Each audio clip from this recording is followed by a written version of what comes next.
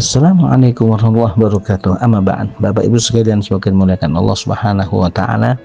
Bekal yang paling baik yang mesti harus diberikan oleh orang tua kepada anaknya adalah pendidikan. Kenapa demikian? Karena dengan pendidikan maka anak yang menjadi tahu akan kewajiban-kewajiban yang diwajibkan oleh Allah Subhanahu wa taala kepada dia. Anak menjadi tahu kewajiban-kewajiban apa yang harus dilakukan oleh anak kepada orang tua. Demikian pula anak menjadi tahu sejauh mana larangan-larangan yang dilarang oleh Allah Subhanahu wa taala untuk dia, dan sejauh mana larangan-larangan yang dilarang oleh orang tua agar jangan sampai larangan itu dilanggarnya. Karena itu di dalam Al-Quran Allah Subhanahu wa ta'ala sampaikan, a'udzubillahi minasyaitonir rajim, ya ayyuhalladzina amanu qu anfusakum wa ahlikum nar. Wahai orang-orang yang beriman, jagalah diri kalian dan keluarga kalian dari siksa api neraka.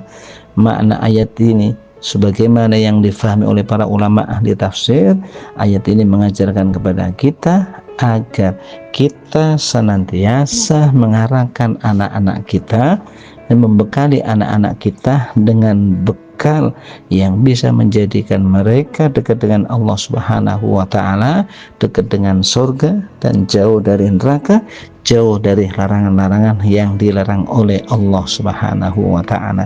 Di dalam hadisnya Rasulullah Shallallahu Alaihi Wasallam juga menyampaikan, la yu'addiba al-abu ibnahu khairun lahu min ayatasaddaqa bisa, rawahu Tirmidzi. Sungguh seorang bapak ketika memberikan bekal pendidikan kepada anaknya itu lebih baik daripada dia bersedekah dengan satu sok makanan. Hadis riwayat Tirmidzi. Maka dari ini ya Allah Subhanahu wa taala dan Rasulullah mengingatkan kita agar anak-anak kita ini senantiasa kita bekali dengan pendidikan yang bermanfaat untuk dia, baik dunianya maupun akhiratnya. Sekarang pertanyaannya, bagaimana kiat sukses mendidik anak itu?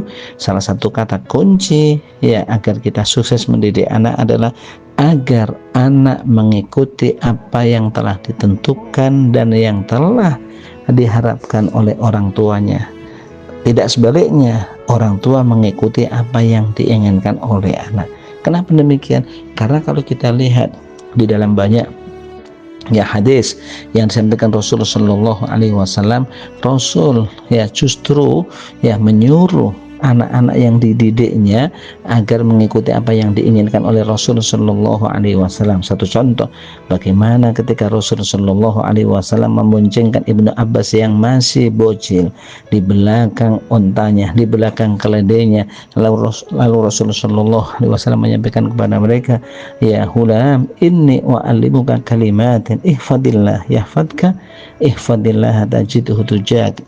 Wahai anak kecil, sesungguhnya aku ajarkan kepadamu beberapa kalimat. Jagalah Allah Subhanahu wa taala, ya saya Allah akan menjagamu. Jagalah Allah Subhanahu wa taala, niscaya engkau akan dapati Allah di depanmu. Tentu makna menjaga ini adalah bagaimana anak ini harus melaksanakan semua kewajiban-kewajiban yang diwajibkan oleh Allah dan menjauhi semua larangan-larangan yang dilarang oleh Allah Subhanahu wa taala. Jika itu sudah dilakukan, di saat anak tersebut mengalami kesulitan-kesulitan dalam hidupnya, maka Allah Subhanahu wa taala pasti segera berikan jalan keluar untuk anak tersebut ya dalam rangka melalui kesulitan-kesulitan yang dihadapinya. Di samping itu juga di dalam hadis yang lain Rasulullah Shallallahu Alaihi Wasallam menyampaikan, ya adibu auladakum ala salasi khisalin. Rasul memerintahkan kepada para bapak, adibu auladakum ala salasi khisalin, didiklah anak-anak kalian dengan 4 hal. Rasul dengan 3 hal. Rasul menyuruh kita, Rasul menyuruh orang tua agar mendidik anak-anaknya. Rasul tidak menyuruh orang tua agar mendengarkan, agar orang tua mendengarkan apa yang diinginkan oleh anaknya. Tidak, tetapi Rasul justru menegaskan, didiklah anak-anak kalian dengan 3 hal, hubbi nabiyyikum wa hubbi ahli baitihi wa qiraatil Quran. Didiklah anak-anak kalian dengan 3 hal. 1, mencintai Nabi kalian. Yang kedua, mencintai keluarga Nabi. Dan yang ketiga adalah Didiklah mereka dengan membaca Al-Quran. Mudah-mudahan bermanfaat. Wallahu a'lam bishawab. Assalamualaikum.